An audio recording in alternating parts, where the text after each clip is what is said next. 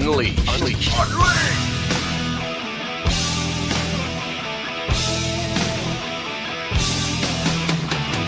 All right, everybody, welcome to Steve Austin Show. I am coming to you from the Broken Skull Challenge compound out here in Agua Dulce, California. Please bear with me if my voice sounds tired. It's because I've been yelling motivational phrases to competitors competing out here at the Broken Skull Challenge. We are on day 2 of filming, day 3 of production. Hey, folks, the new Podcast One app is now available for download at the App Store or Google Play. And there isn't another podcast app like this one anywhere, and that's because the new Podcast One app is loaded with some cool features that let you do a lot more than just listen to your favorite shows. You can access behind-the-scenes photos, articles, and connect with other fans of the shows you like. And you can watch over 1,360 virtual reality videos. You can actually watch some of your favorite shows in virtual reality. So get to the App Store or Google Play and download the new Podcast One app now. All right, folks, coming up today, I've got Don Callis back on the show. As you remember, Don Callis, along with Lance Storm, have a podcast under the Jericho Network on Podcast One called Killing the Town. Make sure you give Don and Lance a listen on the Killing the Town podcast on the Jericho Network on Podcast One. Hey, man, this time we just started shooting the breeze about his career and just talking a little bit about pro wrestling. We're going to cover some stuff at WWE, ECW, and TNA and just shoot the shit. Some of his gimmicks like the Jackal, the Truth Commission, the Human Oddities, and even some of them that never got off the ground, like the Messiah. He's also going to talk about how he got into being a color commentator and what it's like working with New Japan Pro Wrestling. Folks, right now, before I get to Don, I'm out here filming the Broken Skull Challenge show for CMT. It's hotter than blazes out here. Having a good time. It's been a good shoot so far. I think it's going to be a great season for CMT, and I'm really enjoying spending time around the athletes as they come out here. We got a crew of hardworking people out here, and we're working our asses off to try to make a hell of a show. I'm going to keep the open to this show very short, and I want to get to my conversation with Don Callis. But first, if you're looking to buy a new or used vehicle, then you need to check out TrueCar or download the TrueCar app. When you register with TrueCar, you'll see what other people in your local area paid for the car you want. And from there, you can connect with a local TrueCar certified dealer and enjoy a more confident car buying experience. TrueCar shows you real pricing on actual inventory, so you see competitive pricing offered to you by TrueCar certified dealers for vehicles that are actually on their lots. And you'll also see all the dealer incentives before you get to the lot, so you can feel confident about the price when you show up. TrueCar makes car buying easy, no matter if you're looking for a brand new or used vehicle, and the stats don't lie. Over 3 million cars have been sold to TrueCar users by the TrueCar Certified Dealer Network. There are over 13,000 dealers in that network, with some 700,000 pre-owned vehicles available. So do yourself a favor and go to TrueCar for your next car buying experience. TrueCar doesn't just make the process easier, it'll also save you some money. TrueCar users save an average of over $3,000 off MSRP. So when you're ready to buy a new or used car, visit TrueCar to enjoy a better car buying experience. Some features not available in all states. There are 120,000 unsolved murder cases in America. It was the next day that I found out from my parents what had happened, that my sister was killed. Each one is called a cold case. Sometimes you have to look really closely to find the evidence. Damn, I killed her. Damn it, I killed her. Cold Case Files, the podcast. Garcia is walking into the home of a real monster. I was nervous. I realized what kind of person I was dealing with. It's a goosebump moment. Download new episodes every Tuesday on the Podcast One app or subscribe at Apple Podcasts or podcastone.com. Steve Austin, Unleashed. Rolling sound over here at 316 Gimmick Street with Don Callis. Don, how are you? Doing awesome. Well, you know, we had the last podcast we did, and we talked a lot about New Japan Pro Wrestling coming up and some WWE stuff, bullshit back in the day. Let's kick out some wrestling stories, because when we left off, we were talking about the Halliburton Cowboy, your briefcase.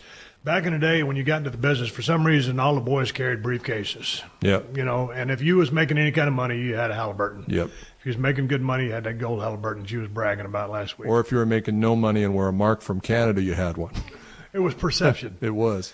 I remember I had to have the briefcase because all the boys had them. And like when you roll into a territory, dude, I rolled in from Dallas. I got into Memphis. First of all, I was getting the shit kicked out of me in Dallas. I was working a full-time job at a truck company, freight company, driving a forklift, loading, unloading trucks. I go to the territory. I'm a new guy. See, everybody's got a briefcase. Well, shit, I got to get one. Man, I went down. I can't remember if it was Kmart, Walmart, Target, wherever the fuck it was. But I would say I got it in my closet, but we just remodeled it. It's in a different closet. But it's just an aluminum piece of shit briefcase. I still got it because it's still good. But I just had to have that briefcase. Yeah. So we all went through the briefcase stage. Were you a part of the territory or the system back in the day where everybody had the clutch bags? Oh, yeah. And those are back now. They're back, or they're making a comeback. The clutch bag was about, I don't know, 8-9 inches long, 5 inches wide, whatever, and you could zip it open. It's like a man purse. Yeah. Slots for your credit cards, your cash, whatever. So went through the period when all of a sudden, I think that was the first period. When I got in '89 in Dallas, everybody had the clutch bag. My problem was I had to get one, and I think mine was even eel skin. It's probably faux eel skin, fake eel skin, because I couldn't afford a real one. Busting out the French there. My problem was, dude, I'm forgetful as fuck. So I would just put it up on top of my car, sit there and shoot the shit with one of the boys. I was going to drive off.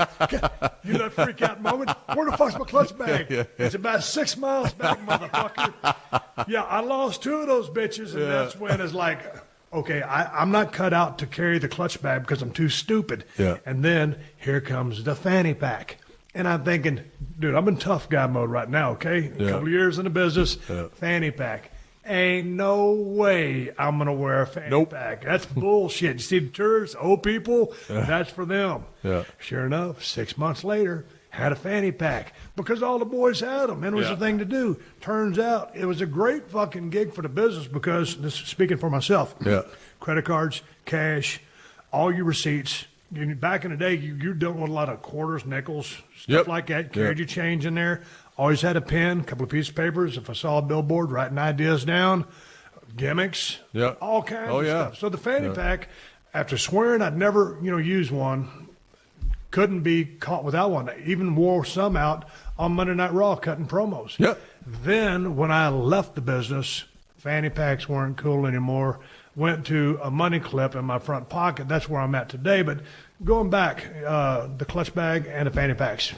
How was that era for you? I had the clutch bag. I had the same problem as you, that I leave stuff places. And I, of course, got a black one. And I liked black, so I had a black Lexus back then with a black interior. So you put that motherfucker on there. I mean, it's gone, right? Like, you're never going to notice it. It's why I have a loud red cell phone cover so I don't lose it. Yeah. So I had one, and then I switched to the fanny pack. I was the same as you. I'm like, oh, this is. But all it takes is in the business, you'd see a guy like you or someone else doing it, you'd be like, oh, this is cool.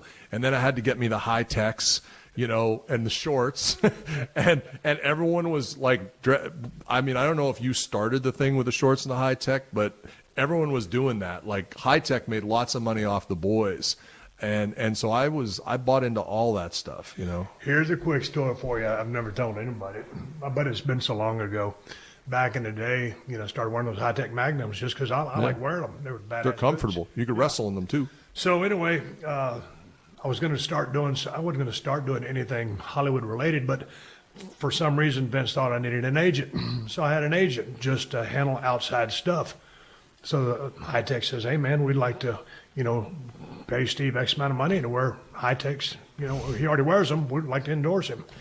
So I'm taking this to my agent. Hey man, this is what High Tech Magnum wants to do. And he says, me being a fucking idiot back in the day, listening to the manager and his infinite wisdom. It's like the guy, Chris that broke me in, Chris Adams, he's going to solve my hair problems. This is the agent, so he knows all the answers. Hey man, what do you think? X amount of dollars represent these boots. He goes, Steve, I really think we ought to wait on someone like Nike. I bought it. I got to keep my voice down because this room echoes, but last last time I checked, Don, Nike don't make no stomp a mud hole in your ass and walk 'em dry boots for some beer-swilling, foul-mouthed redneck on Monday Night Raw WWF to rock. No. Especially for the kind of dinero they're paying Jordan and everybody else. Yeah. So thank you, agent, for goddamn giving me the shittiest advice I've ever been given in my entire wrestling career. And you might have got the Nike deal if you'd proved yourself with a high-tech deal, so he double fucked you. Riding Nike or walking in them. I guarantee you I whooped a lot of ass in them son bitches. But anyway, that was my... And the other one that I got onto was chewing skull, because I was never a tobacco guy, and I was a guy who, if I smoked a cigarette, I got a head rush. But I was always nervous before matches and being around the building, like, not in a bad way, but just nervous. And I always had a cup of coffee in my hand. I had to have something in my hand. It was like an oral thing. Funny how that works. You know? And then, like, some of the boys, you know, they're chewing or whatever. So I'm like, okay. So I tried it, and I didn't like the rush that I got. What I liked was the spit, the whatever. It relaxed me. It would almost replace that coffee cup in my hand. So I started doing that a lot, and then when I got into the business, I'm like, I probably should back off this. So I guess what I'm saying is I marked out for every trend in the business and adopted it. But no, but it's funny because there's just when you're driving down the road, there's just a million different ways to pass the time. As if you're already going to be sitting in a car, you're probably booking a territory, you got yourself on top with the championship belt, but you got to be doing something else, spitting in that water bottle or whatever. So back in the day, you know, playing Little League Baseball, I started doing the Skull Bandits. Then graduated to Red Man, Levi Garrett, chewing tobacco.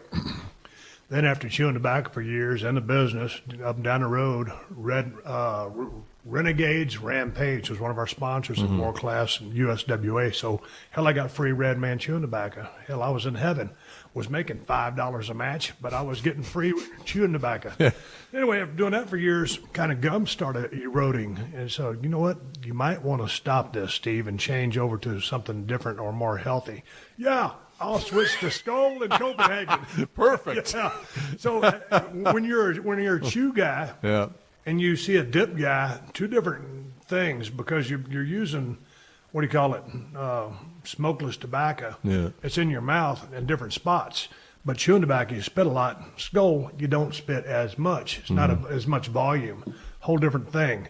But it's still that nicotine type thing. Yeah. So anyway, got into the Skull thing for a long time. And, you know, hell, I quit cold turkey. Jesus Christ, Don, at least 10 years ago. And it was for the, because you just had to do something to occupy time.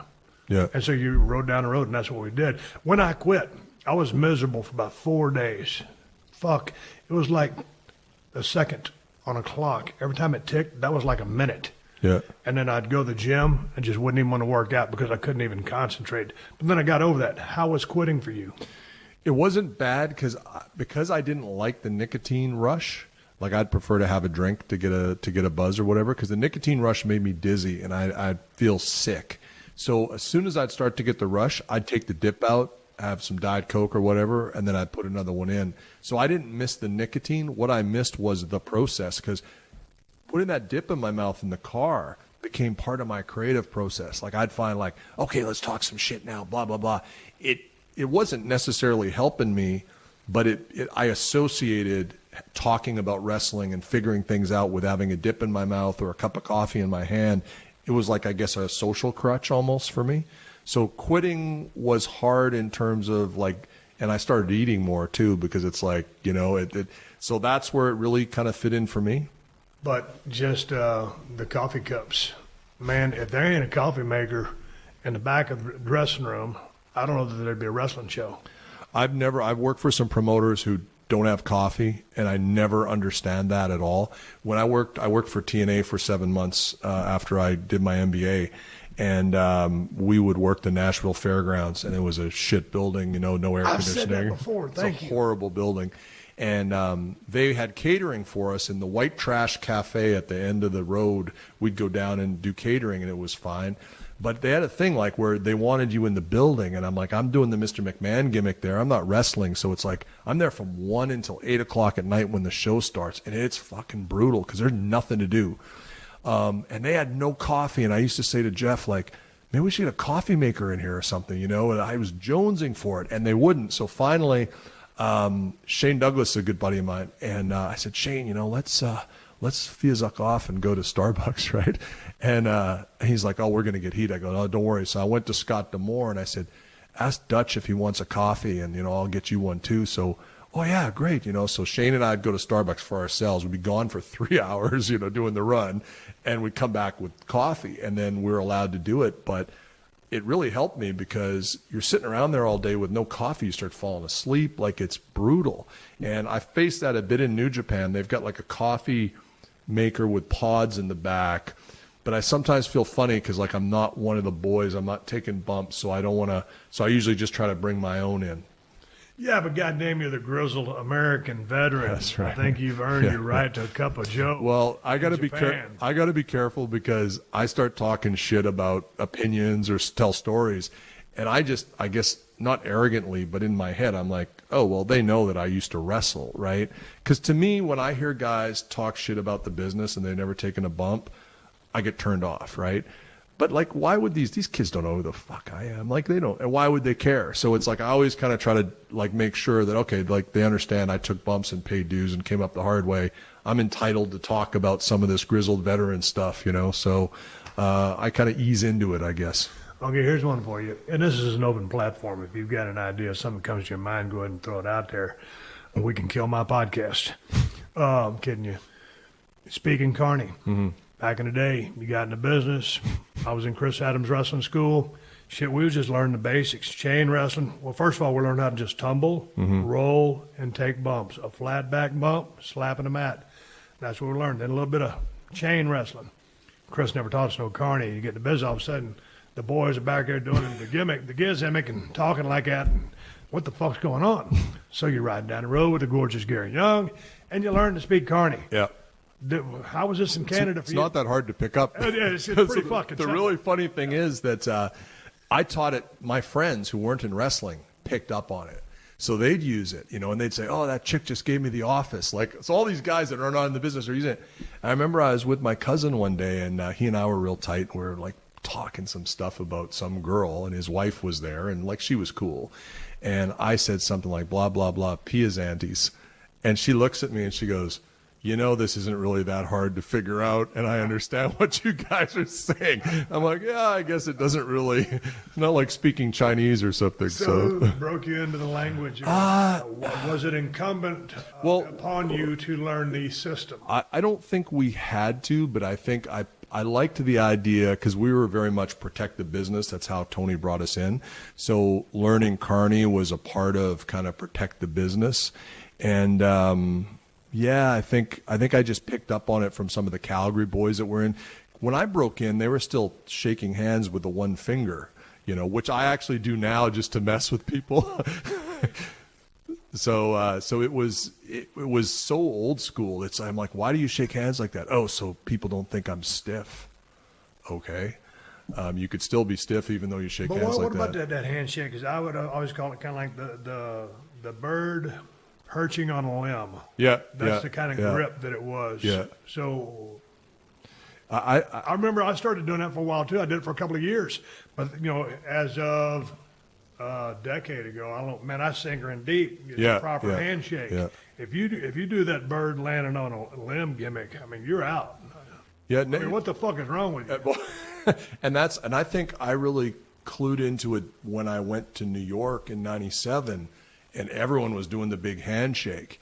And it's like, oh, shit, I hope I didn't do this gimmick because that'll really – but, that's one of those things where the environment there, people will notice. My first road show for WWF, I was on a flight to Minneapolis from Winnipeg, and I got my boarding pass. It was business class. So you know where this is going. I'm the new guy. I'm like, oh, cool, because I'm like, oh, WWF, we all fly business class, right? So I get in there, I'm sitting in business class. Undertaker to the back, The Rock to the back. I'm like, what's going on? I'm the only one in business class. And I'm like, I think I walked back and I don't remember who I talked to. I said, I wouldn't mind switching seats with someone if they could come up there. But it's like, you don't know and you don't want to say anything, but then you're the only asshole sitting in business class and you're not taking bumps. That makes it even worse. So some of those things, I think you kind of learned the hard way of, this is how I've learned to do this, but it's not really what's going on in the business, and you look like a mark if you do it. So Moving right along. Yeah. Other trends in the business that you noticed coming up, or things that you went through. Yeah, I guess it's funny, like the stuff I remember I used to do, like the Randy Savage, like off the top rope, axe handle to the floor. And that was kind of like, not high flyer stuff, but that was like, holy cow, you did a big high spot. Now that would be nothing, right? I remember trying to do a moonsault in '94 because that was like the thing in the business. And I remember going to like a diving coach to figure it out. And I could just never get comfortable doing it. So I only ever wanted to miss it. I wanted it as a high spot, as a heel. But now a moonsault, like everyone does it, and it's a nothing thing.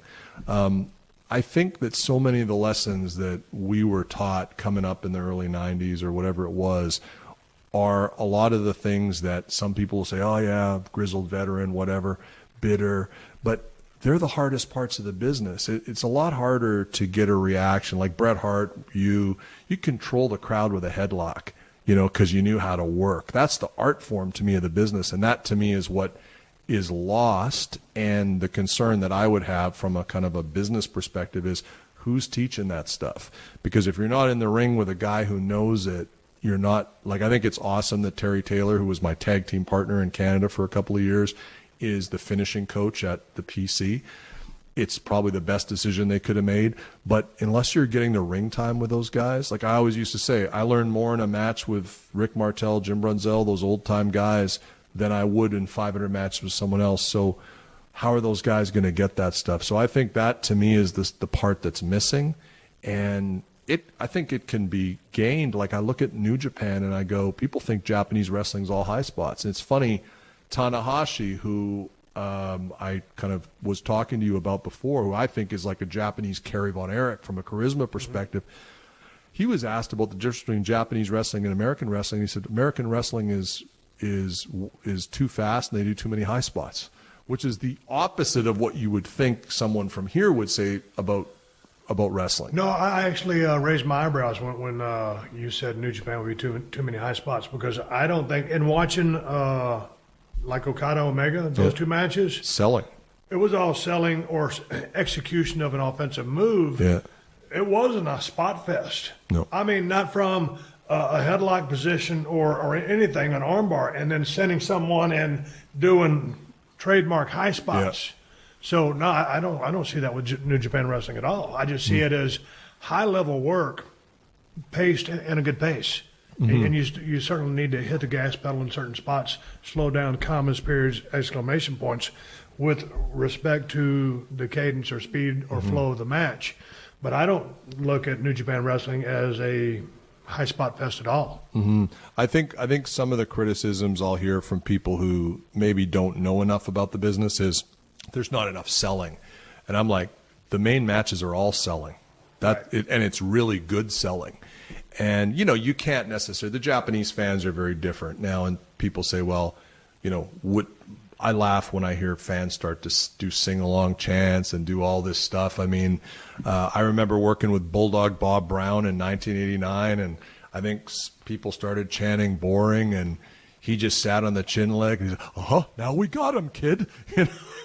He's like, I'm like, aren't we going to get him? Fuck them. And the idea was, and I believe this, we're working them, not the other way around. And so another thing that I think is messed up about the business, like I think the fans, people say, well, the fans pay their money, they should be able to do whatever whatever they want. If I go to an NFL football game and I start running around singing, chanting a bunch of ignorant stuff and distracting people, I'm getting thrown out. If you go to Cirque du Soleil and you start doing that stuff, you're getting thrown out. So why wrestling fans think, but part of it is them, and part of it I think is, I still believe with the fans today, you give them something to lose themselves in, and they're not going to do that stuff. So part of it's what they're being presented and how it's being presented, and that's not a reflection on the boys. It's a reflection on the environment of some of the companies.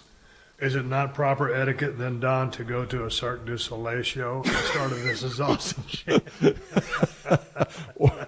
or sing some sort of British soccer anthem? No, I mean, I probably wouldn't do that. I mean, you're not going to go see Macbeth on Broadway or wherever and and start yelling stuff at the actors either. So Hey, speaking of Macbeth, and I know nothing about Macbeth, but I was on your Twitter account and fast forwarding through the pictures, and there was a picture of you dressed up in like a Robin Hood outfit, except it was green or red.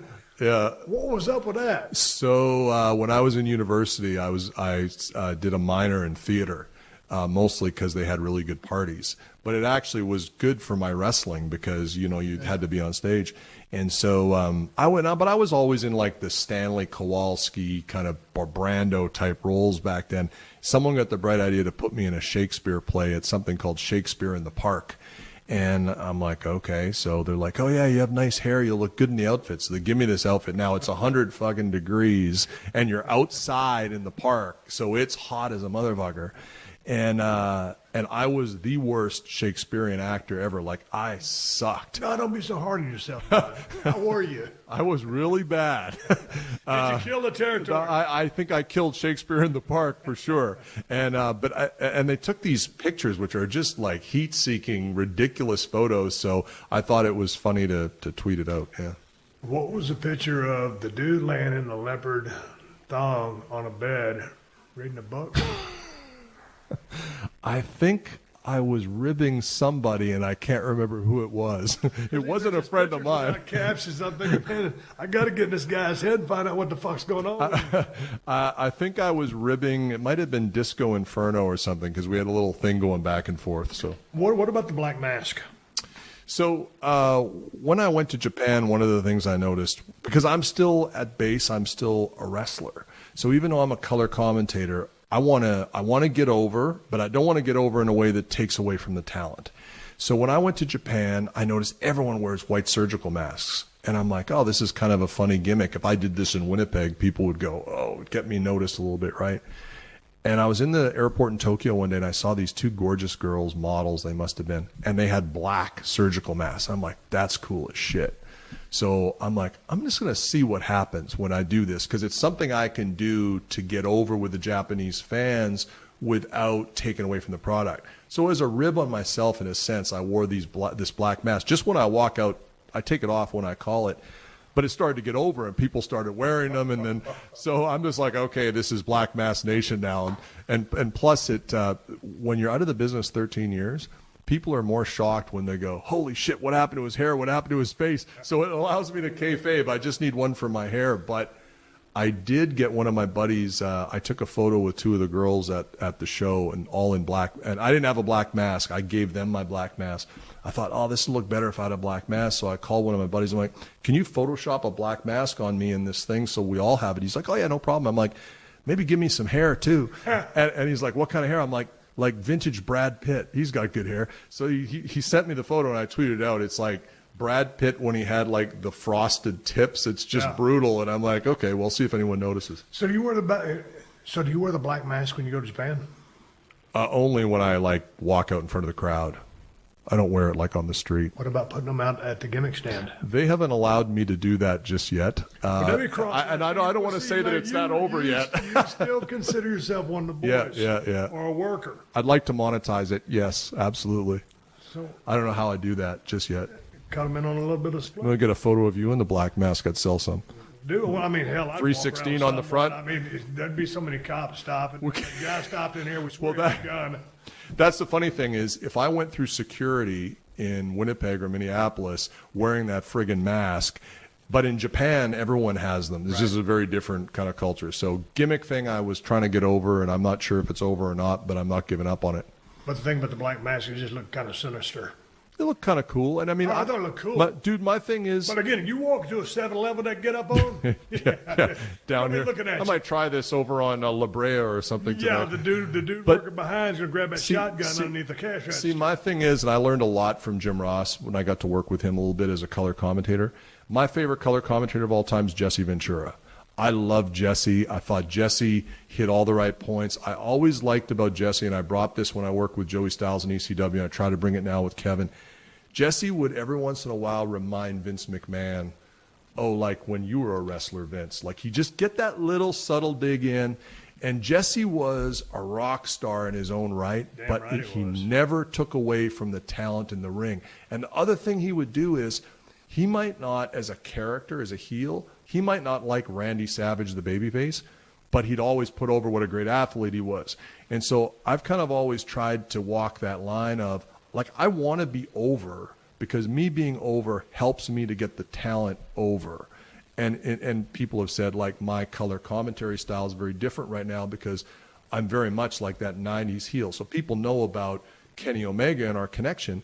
Well, so I bring that into the commentary, and I'm very much like a Bobby Heenan supporting my guy. I'm almost half managing him as I'm calling his match because that's kind of how I came up in the business, and I think it's also a little bit different. And as long as it doesn't take away from the talent, then I think you've got something. Because that's as a color commentator, your sole job is to get talent over. Right. And I may call a match of a guy that I think does too many spots or I don't like his style, but no one gives a shit that that's my opinion. I'm supposed to put him over, and if he's supposed to be the greatest thing since sliced bread, then that's how I'm going to do it, and I'm going to do it in a believable way. Right. When I used to call Rob Van Dam in ECW, and for a time I was top heel for Paul, Rob was my big nemesis. You know, I was trying to get Rob out of the company. I would say Rob was arrogant. I would say he was cocky. I would say he was always late. He's on the smiz, whatever. But I would always say, but he's the best athlete in the company, and that guy could walk onto an NFL team and be the starting tailback if he wanted to, right? Right. I'd always put it over. So it's kind of walking that line. I think that's what's fun about doing color. Hey, just as far as another segue, hell of a transition here.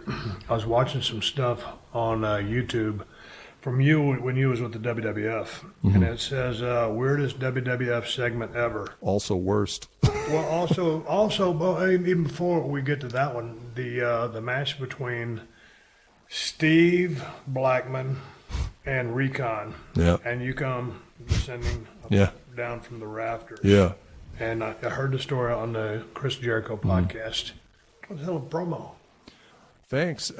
It was my biggest pride in that promo was that I cut that promo after sitting 80 feet above the ring in the dark for 3.5 hours waiting to be descended. So I was mentally so messed up because you can't see anything, you can hear everything, and you're just waiting, and you don't actually know when your cue is until the thing starts moving. And I'd gone over this promo over and over in my head, and they told me I had like 4 minutes, which is long, right? By the time they lowered it, I'd forgotten everything I was thinking I was going to say, and I was so messed up. That was a cool moment for me because it was one of the times I thought they honestly are now trying to push me. And I remember when they were building this thing, and all it was, you look at all the safeties now, it was a plywood and a 2x6 platform with 4 chains on it. There was no safety, nothing. I couldn't even lie down on it. It was that small. And I remember they were building it, and I'm standing on the ramp at about 2 o'clock in the afternoon watching this going, okay, well, this is my push. You know, I'm afraid of heights, but this is my push. And Vince comes up behind me and goes, hey, Don, you afraid of heights, Pally? And I said, yes, Vince, I am, but I'm more afraid of not getting over. And he, tremendous. So that was, but then we did that for 1 week, and then it was done. And so I think part of the challenge that I had there was, like, I was in my mind, and I wasn't consciously trying to do it, but because I came from a wrestling background, I'm trying to get myself over. Because to me, I don't care if you're an opening guy, mid-card guy, manager, whatever, if you're not over, you have no value. So I'm trying to get over. But it's like, okay, is this guy a manager? Because he's sort of his own thing, and I think it was something that people weren't all that comfortable with because it was like, okay, do we want this guy to get over? He's not wrestling. What's the payoff? You know, so. Whatever happened to Bo Buchanan, who was Recon? I don't know. He was a great guy, though, and he was at 6'6" and 280, a tremendous athlete. Now, I think that, and actually the other guy, Rambo in for Otto Vance, Luc Poirier, was a hell of a hand as well. Now, the logic of putting a 6'6", a 6'5" guy with Kurgan, which to me made Kurgan look smaller, didn't make a lot of sense. But they were great guys, and I think that gimmick was just a challenging gimmick to get over and to be believable in, you know? Well, whose idea was it to put the jewel on your forehead? Mine. I mean, the whole cult leader thing was me, and I was like, I got to look different. And if I'm a cult leader. What did they say when you pitch that? Well, it came from the promo I did in Hershey, and where they actually saw me looking different. And Vince Russo came up to me the next day and he said, Vince loved your promo. He says, we got to get you out of that stupid outfit. He goes, can you find a new outfit? Well, I already had it. It was in my bag. And I'm like, yeah, I got it here. I put it on. 5 minutes later, he goes, that's money. That's great. And I already had the jewel. I'd already planned all this out. I'm going to be ready. And so that was kind of the deal. And the TV, how they found about that I could write television was and I said, we also need to break Kurgan away from this gimmick, and we got to give him his own name, because at that time he was just called The Interrogator. And I was a huge mark for the Highlander movie. So I'm like, call him the Kurgan, the greatest heel ever of movies, And so I wrote 6 weeks of TV because just I knew how to do it. And I was on a flight from Minneapolis. I ran into Jack Lanza. We're heading down to TV. And I always got along great with Jack. I'd grown up watching him. I love Jack. And I go, Jack, I wrote some TV. Go, let me see that. So I show it. He looks at me. He looks at me and goes, where'd you learn how to do this? I said, I don't know. I was writing Tony's TV. This is my ideas, for the next 4 weeks. I'm going to show this to Russo. So he showed it to Russo. It was right after that I kind of got that first ask to start writing TV and move to Connecticut. So that's, I guess, how they kind of found out some of the ideas. Yeah, but you said something just then that a lot of people, as I made my way from Steve Williams, Steve Austin, stunning Steve Austin, given to me by Dutch Mantel, superstar Steve Austin, ECW, ringmaster, Stone Cold Steve Austin, the evolution, the process of finding who and what you are and not being afraid to, push the envelope or to take a chance. You were taking a chance, or you had an identity. Yeah. You were going by what the office was, that initial outfit, the rider, pants, whatever. Yeah. But so you thought about, the black leather jacket, the look. I thought I had to come up with something for a reason why these three monsters are doing what I say. And I thought, I need to monetize it. I need to make myself look like a star. So I thought, well, okay, so I'm a guru, I'm whatever. So maybe I put this jewel on my head. And I also thought that's a gimmick where people can do that themselves, and it's a visual representation that I'm getting over. And I used to do a deal. I used to kayfabe one in my hand, because I used to use double-sided tape. And I would go, and you could tell when you're starting to get over. People have signs, and they're leaning over to see you. And I'd always pick the prettiest girl who was leaning over, and I'd go over and I'd pretend like I was holding her head in my hands, and I'd be talking gibberish to her. And then I'd go to put my hand on her forehead like I was blessing her, but I'd stick the jewel on her head, and it would magically appear. So it was like this. It was all just me trying to get over and show that I had value. It's not that I wanted to be a cult leader or a manager, but I'm like, if I get over enough, good things are going to happen. And they started to, because they brought me in to work with JR on Shotgun Saturday Night in the studio. And I've mentioned it before. I mean, I went out to use the bathroom and came back, and JR was on the phone with Vince. And I wasn't eavesdropping, but I couldn't help but hear. And JR was like, yeah, the kid's going to be a player, and I'm like, yeah, I'm in. But then nothing happened. Yeah. And then, and the other one that was a false start was, I'm sitting at home one night. I'm off TV because they don't know what to do with me. And they had called me up, and Russo goes, I got a great gimmick for it. Because I think they got cold feet on the cult leader thing. And I knew we were screwed with it. We're in Waco, Texas. And I said, let me go to the Koresh site and let me cause a hubbub, and let me not get arrested but get thrown off, and let's get it on video. And they wouldn't do it. I said, we're in trouble. So I guess they're worried about the heat. Russo calls me and goes, I got a great gimmick for you. You're going to be the Messiah. I'm like, the Messiah? Yeah, like Jesus. We're going to dress you all in white. We're going to lower you from the ceiling like you're on a cross. And I'm like, you know this is going to get nuclear heat in the U.S. He's like, do you care? And I'm like, nope, I just want to get over. So that never happened. And I'm sitting at home one night, phone rings, 1 a.m. I think it's one of my buddies, Is this Don? Yep. Vince McMahon. And I thought it was a rib. But thankfully I didn't say, fuck off. This is the story when he flies to L.A., right? Yeah. And I'm like, I get there, but then nothing happens. And it's like, it's so hard because you just feel like you're on the cusp of something. Oh, I'm going to have a long career. And I always thought I would stay there forever because I thought I can do a lot of things. So if I burn out as a wrestler, I can be a manager. If I burn out as a manager, I can do color commentary. If I burn out there, I can go write some TV. So I'm like, I always thought I'd be there 20 years. So when I got the call that I was leaving, I was beyond shocked and flabbergasted by it. But, it ended up being the best thing that ever happened to me because it forced me to go to ECW. And ECW, I got the best push of my career. I just want to say one thing where I first appreciated, and I think maybe where I first saw what would then become the Stone Cold character. My friends and I are sitting watching ECW, and you come out, and you were in some angle, and I don't remember, but Nancy Sullivan was out there. And she said something, and it was like, it's probably my favorite line ever from a promo, and you went, well, you look to me like about a $5 piece of ass. Don't get me wrong. If I could scrounge up $5 and get a clothespin to put on my nose, I'd give you a try. And I'm like, we popped so huge. I'm like, that is some edgy shit right there. Do you remember that? Yeah, I remember that vividly. That was Man, great. I tell you what, I had a good time in ECW, and I was really frustrated, and I didn't have nothing to lose. Paulie brought me in. And knew it couldn't work. The wing was still hurt. I think I would have 2 or 3 matches, but it ended up being a real good stop. And Paulie really opened my eyes, and that's when the light bulb went off as far as being able to cut a promo. Going back to you talking about that jewel sticking on your forehead, when you would stick that jewel on someone's forehead in the crowd.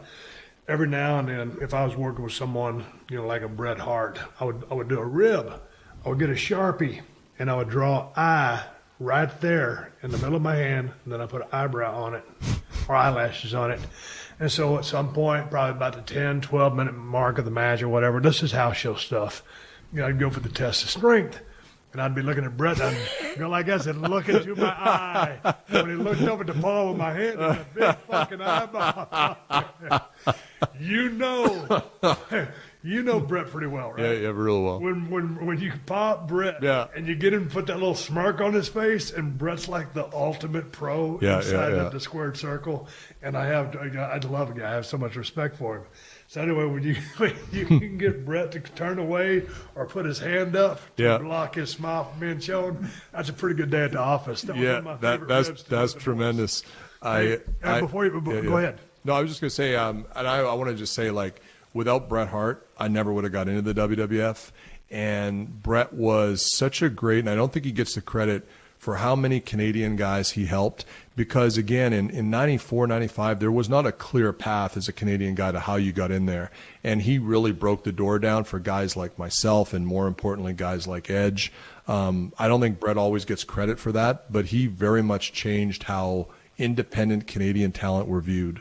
We're sitting here shooting a breeze at 316 Gimmick Street. Before we take a break, talk about Killing the Town. Killing the Town podcast. We're on the Jericho Network, part of Podcast One. We drop every late Monday night, early Tuesday morning. It's myself and Lance Storm, and we have a kind of an odd couple dynamic. We've known each other about 25, 30 years, and we're a PhD class in pro wrestling. We try to really get into the detail. We're coming right back with Don Callis. Hey, have you heard? Podcast One has a whole bunch of awesome new shows filled with big names that are waiting for you on our brand new, amazing app. This one's a game changer. There's Norman Lear talking to Amy Poehler, Julia Louis-Dreyfus, and Charles Barkley. Geffen Playhouse Unscripted with Bryan Cranston, Josh Gad, and soon Neil Patrick Harris. Nice. OC Real Housewife Heather Dubrow's World. Lady Gang's Three Mimosa Podcast with Leah Michelle, Nelly Furtado, Elle King, and more. Plus, every episode of The Adam Carolla Show, Dan Patrick, and Rich Eisen. And if you like what happens in the ring, we've got Steve Austin, Chris Jericho, Chael Sonnen, and a whole bunch more. So download our one-of-a-kind new app and see for yourself. Go to the App Store, Google Play, or download it now at podcastone.com. Steve Austin.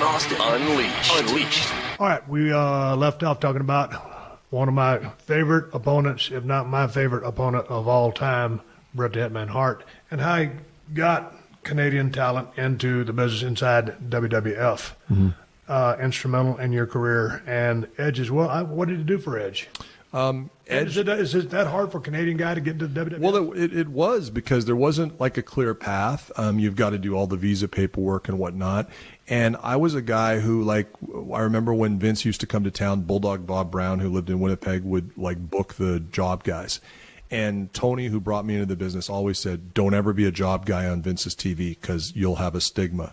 Now, I don't know if that was true, accurate or not, but I think it was. I'm like, that's no way for me to show what I can do. And I remember I showed up there one time because Brunzell, who was a friend of mine, got me a tryout. And they're going to put me with Terry Taylor, which, awesome, right? But I went there and they're like, well, you're a babyface. And I'm like, but I've always been a heel. And I remember Rennie Goulet looked at me and he goes, well, if you're a good worker, you can work baby or heel, which is correct. But if you're trying to make an impression, you don't want to be doing something for the first time. So that was a 9-minute match, which could have been good, but I turned it down. So I'm like, as a babyface, I'm fucked. Like and I've never been a guy who could really, people never believe me as a babyface. I've only ever been able to convincingly be a heel. So yeah, it was just like there wasn't a clear way in. And if you were not jacked up, like again, I was 6'2", 210.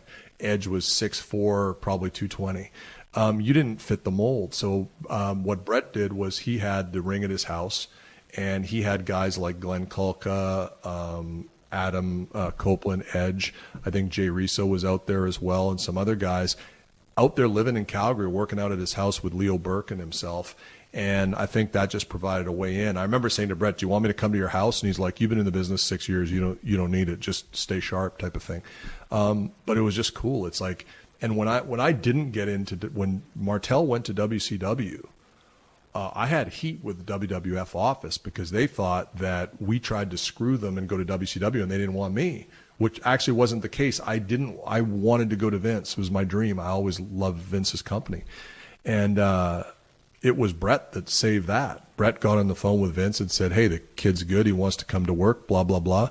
And Brett called me back. He goes, "Vince says send in your contract." But the original plan was supposed to be for me to be part of the Hart Foundation as the mouthpiece. And then they called me 2 weeks later and ribbed me with the Truth Commission gimmick. But it was still an opportunity. So, segue now for Brett, going back to the Truth Commission and the human oddities. Oddities, what were you thinking? You fancy yourself. I mean, you're a wrestler. Yes, sir. I mean, to say the wrong word there. You're a wrestler. Yep. And all of a sudden, you're in a managerial role. Yeah. And all of a sudden, you're with the Truth Commission and the human oddities. I mean, you got to be thinking, what the fuck is going on here? I was thinking that. And the oddities thing, the way it happened was they said, "We're going to give you a new guy because you're getting over as a manager." I said, "Okay, who am I getting?" You were. And they said, "Well, we got 3 guys coming in. You're going to get one of them." I said, "Who are they?" They said, "Al Snow, Steven Regal, and John Tenta." And I went, "Oh." And they're like, "Do you have a preference?" I said, "I am a huge mark for Steven Regal. I fucking love that guy."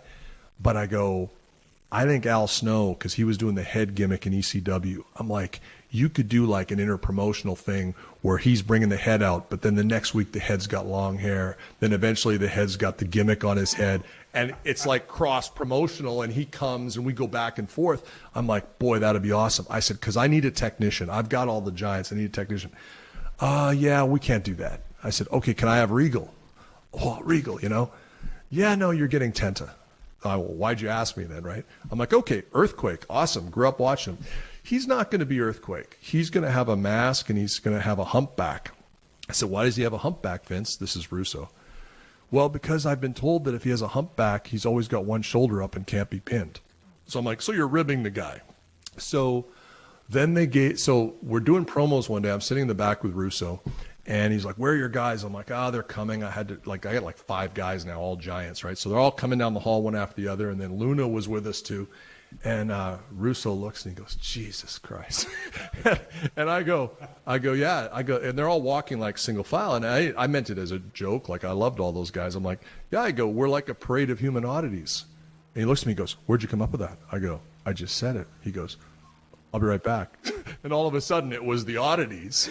And it was like, it was Russo's pet project. And the segment that has been called the worst segment in the history of WWF, which was me with the Howard Stern freaks, which was unbelievably bad, and was, I think, Hank the Angry Drunken Dwarf and Crackhead Bob.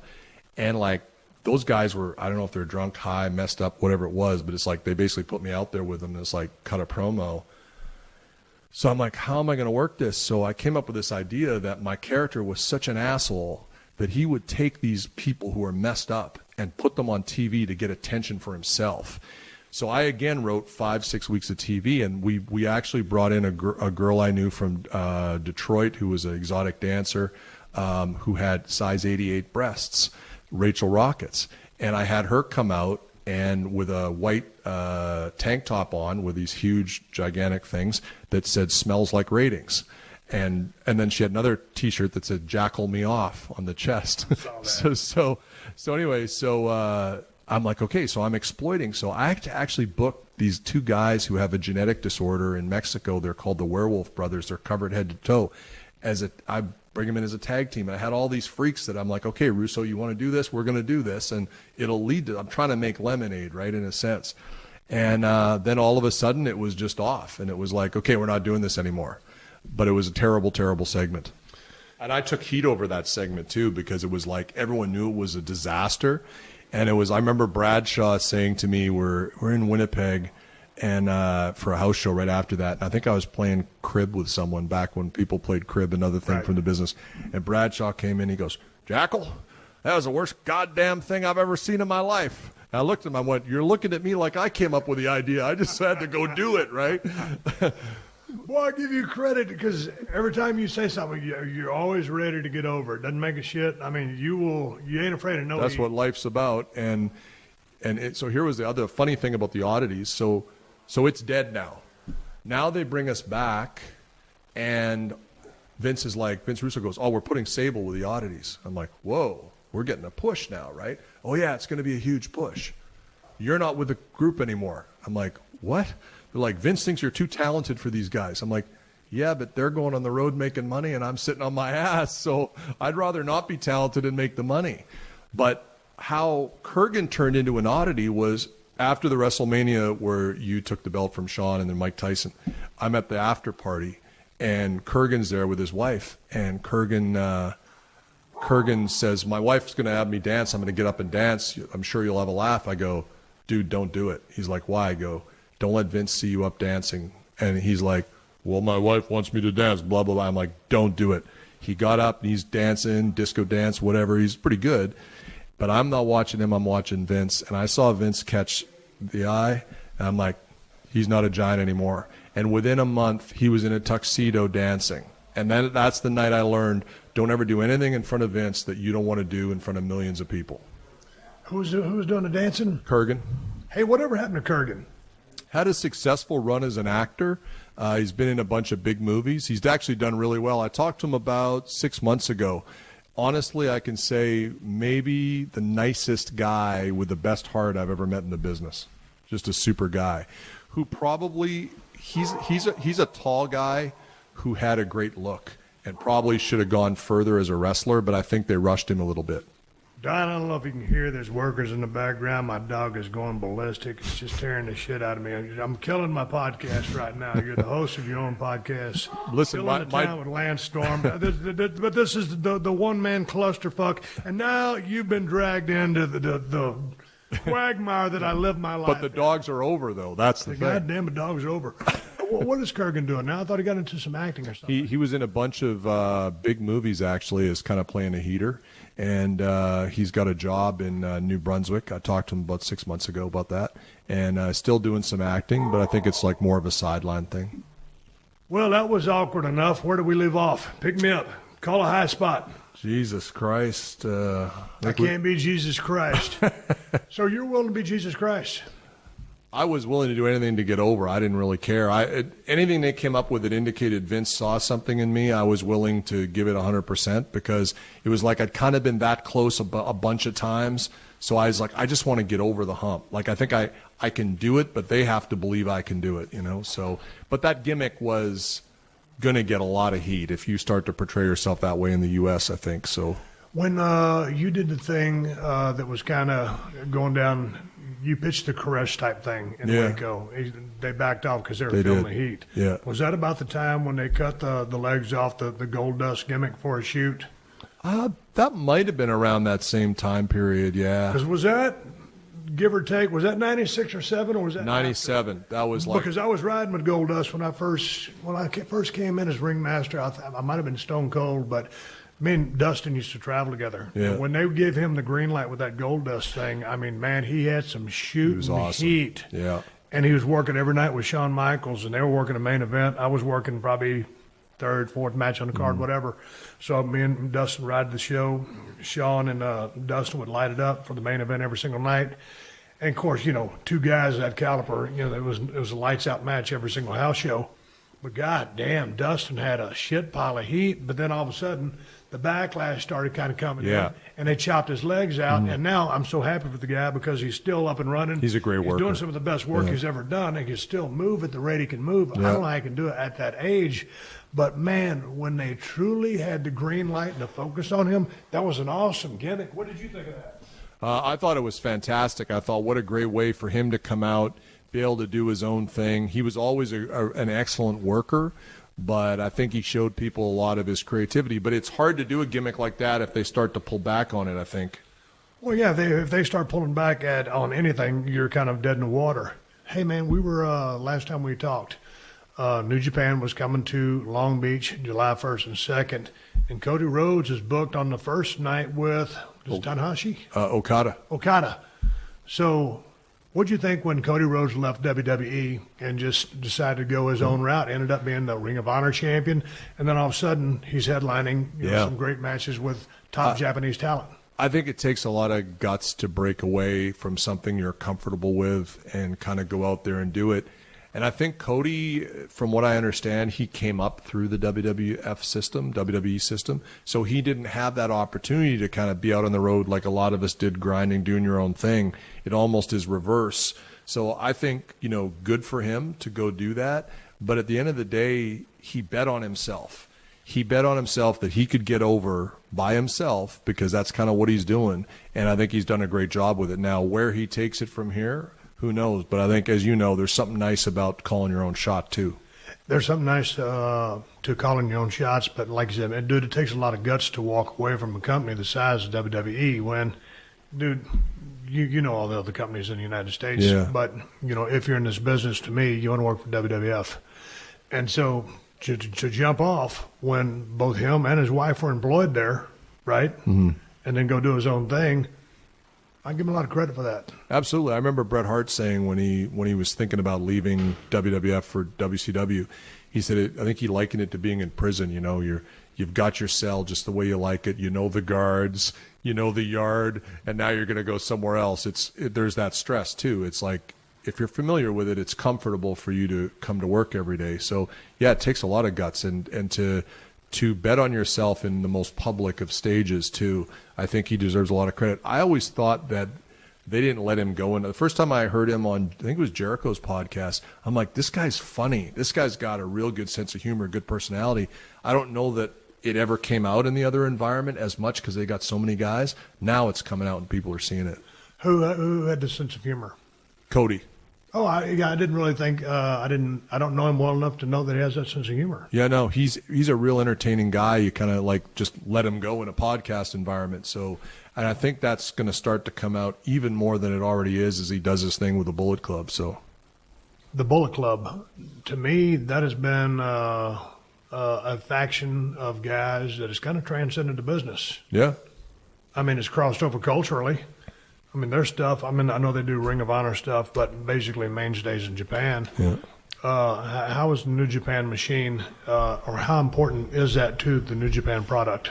I think it's really important because it's probably the one group that really transcends geographic borders. And it's almost become kind of like WWE and ECW, where the brand Bullet Club is almost, other than Omega and the Bucks, and now Cody, the other guys, although they're all great, you can move pieces in and out because the Bullet Club is so over. I don't say it doesn't matter, but it almost doesn't matter. And it's so weird for me, though, because I'll see guys like the Bucks and they're doing the Wolfpack thing and the Too Sweet and all the stuff they do. And for me, because I'm almost like I'm a time capsule, right? I got out of the business in 2001 and I didn't follow it at all until last year.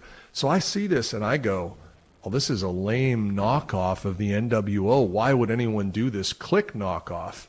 But the people that are watching it see the Click stuff as way in the past and they're young and whatever.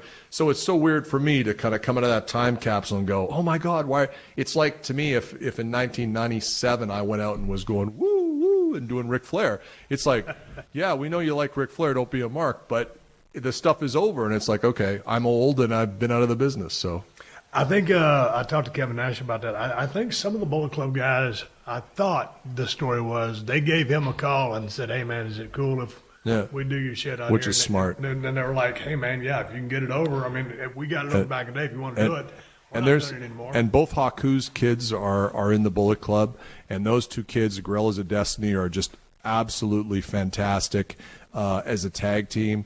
Hangman Page, they've got some real good talent in the Bullet Club right now, and I think that when you have something, a concept that's that over, it's a great place to take good young athletes and give them the rub of the gimmick. Yeah, so get their feet on the ground, get some confidence, get a head of steam rolling. And all of a sudden, it's guilt by association, get over by association, get a rub.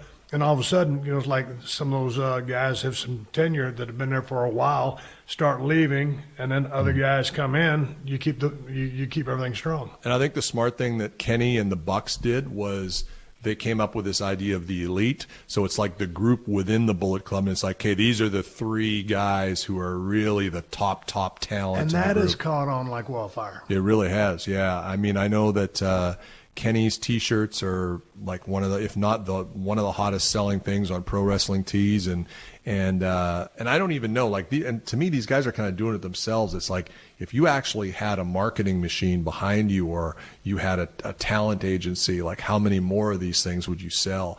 I think they've gotten over organically, right? Which is, better than anyone. That's the best way to get over. I mean, because now you've got a bottom-up groundswell of support for what you're doing. Hey, let's go back to the podcast real quick and give a final plug for New Japan Pro Wrestling. My dogs are tearing the place apart. The contractors are here. I got to check on the next door situation. Our good friend Paul Lazenby has been held up at the airport. Shit has gone awry. You've got a production meeting along with other publicity things to do today.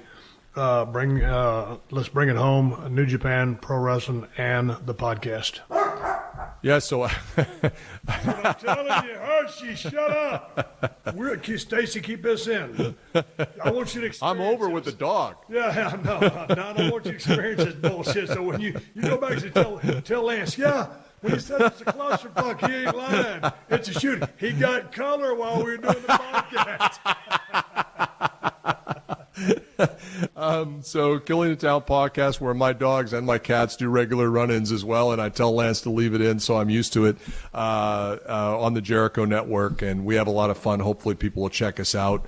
And New Japan Pro Wrestling, Kevin Kelly and I do the commentary for New Japan World. That's a subscription service, 999 yen, or about $9 US. Price of a couple of lattes at the Coffee Bean or whatever. If you love wrestling, then you need to be on that subscription service because it's awesome. And I may just go 90s on you tonight. I may get out the high techs and the Zubas and head down to the Viper Room on Sunset tonight. I don't think Johnny Depp still owns it, but Johnny's got heat on him right now. He's got major heat. Yeah, he need kayfabe, brother. Don, it was good talking to you. Thank you, Steve. All right, everybody, it's time to close this podcast down. I'm going to close this podcast down with a story. It ain't a happy story, but I talk about my dog so much, that's the only reason I'm sharing it with you. And the bottom line is, last night we had to put Hershey down. And we found out just the other day, after 2 emergency trips to the vet, Hershey had a very large, aggressive cancerous tumor on her heart. It was filling up her pericardial sac, which is around the heart, with bloody fluid. We took her to the doctor twice. They drained that fluid off, and she was going downhill fast. Originally, they'd given her a 3-month lifespan, and she didn't make it past 3 or 4 days. Things got really bad. And I was out here at work, and my wife and I were talking after that second trip to the vet. Things were getting pretty dire, so we made the call that we was going to have to put Hershey to sleep. So I went home yesterday. I got a chance to spend about 45 minutes with her. I was hugging on her, and I was loving on her. And I love that dog. I'm a dog person anyway. I like animals, but man, me and that dog were thick as thieves. And my wife loves her too, but she knows the special bond that Hershey and I had. And it was very special. I can't express in the words how much I love that dog and how much that dog meant to me, and the joy she gave us the 12 and a half years we had her. And she lived to be 14 years and 1 month. And just the other day when she turned 14, I told my wife, I said, man, she looks good. I bet maybe she'll last another year, because I know she's not going to last forever. 14's old for a lab. But I had no indication that she had an aggressive tumor on her heart. And I'm not giving y'all the details, but, you know, we rushed her to the emergency room one time, and then the second time I was out here at work, and my wife called me, and we knew that it was going to be time to make a call for Hershey. And so we lined up a vet to come to the house to put Hershey down. And as soon as I got off work, I drove my ass in my pickup truck back to the house. I spent about 45 minutes with Hershey. I hugged her, and I loved on her. And that vet came in there, and she put her to sleep. And then she put her down. And I know that people listening to this show have been through the same stuff I've been through, and you know how much joy and love that animals, whether it's dog, cat, fish, turtle, whatever, bring into your life. I tell you what, man, Hershey the Wonder Dog. I got so many stories about her. I mean, good stories. That was the best damn dog in the world. I'm going to miss her, and I'll always have memories of her. Maybe one day I'll do a podcast to tell you funny Hershey stories, because I got a million of them. That dog was always pulling ribs on me. She's always pulling hijinks, taking my flip-flops out of the bathroom, and we miss her. I'm going to sum this thing up, but I can't express in words how much that dog meant to me or how much I love that dog, and I don't know where a dog's soul or spirit goes when they die, but when I die, my soul and my spirit are going to find Hershey. We're going to jump in a pickup truck. We're going to roll the windows down, and together we're going to ride off into that big-ass Broken Skull Ranch in the sky. Hershey, I love you. You're the best dog in the world. Hershey, goodbye.